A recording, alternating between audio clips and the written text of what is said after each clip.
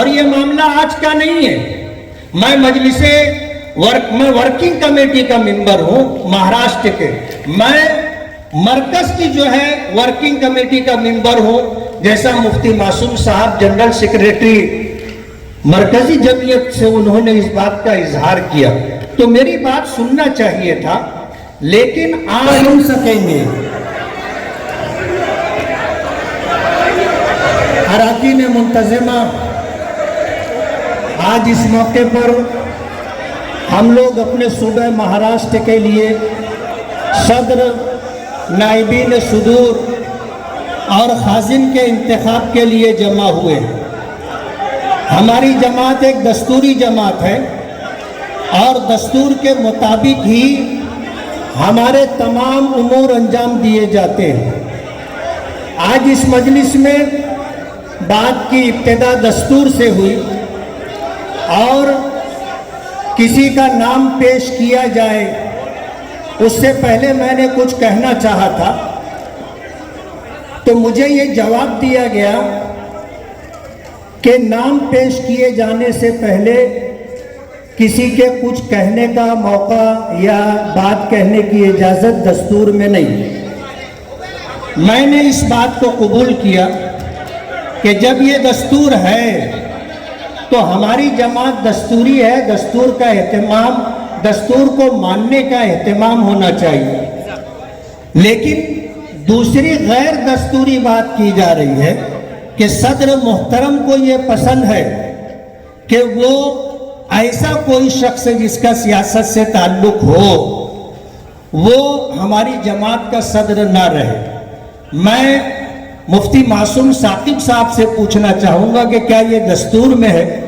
ہمارا دستور یہ ہے کہ ہماری جماعت سے تعلق رکھنے والا کوئی بھی شخص کسی بھی سیاسی جماعت سے تعلق رکھ سکتا ہے. شرط یہ ہے کہ وہ سیاسی جماعت فرقہ پرست نہ ہو. یہ ہمارے دستور میں ہے. آپ دستور کی دہائی دیتے ہیں، دستور کے خلاف بات صدر محترم کی طرف منسوب کر کے کہ صدر محترم کی پسند ہے. میں ایسا مانتا ہوں کہ دستور سے اوپر کوئی نہیں ہوتا. دستور دستور ہے اور مولانا بدر الدین اجمل کا حوالہ دینا، ان کا عمل ہمارے لیے دستور نہیں ہے.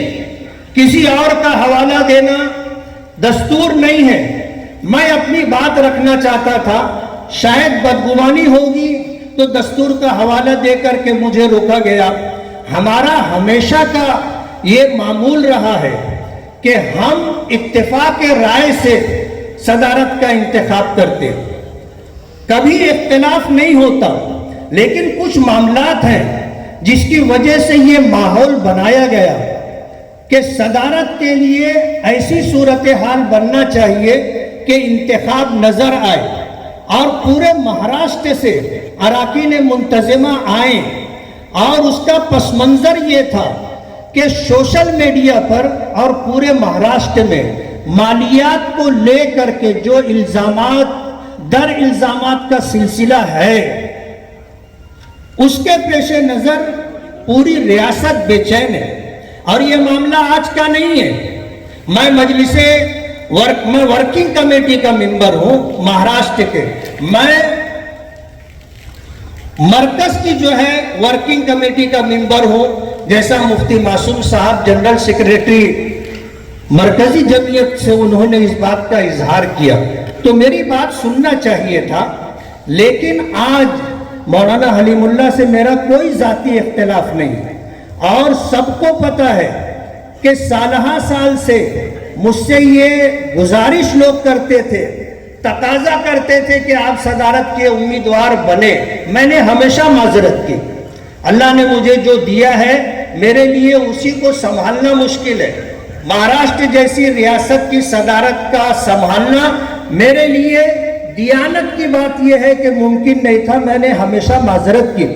لیکن آج ہماری جمعیت پر مالیات کو لے کر کے جو الزامات در الزامات کا سلسلہ ہے اس کا تصفیہ ہونا چاہیے. مولانا حلیم اللہ صاحب سے معذرت کے ساتھ مجھے مرحوم گلزار اعظمی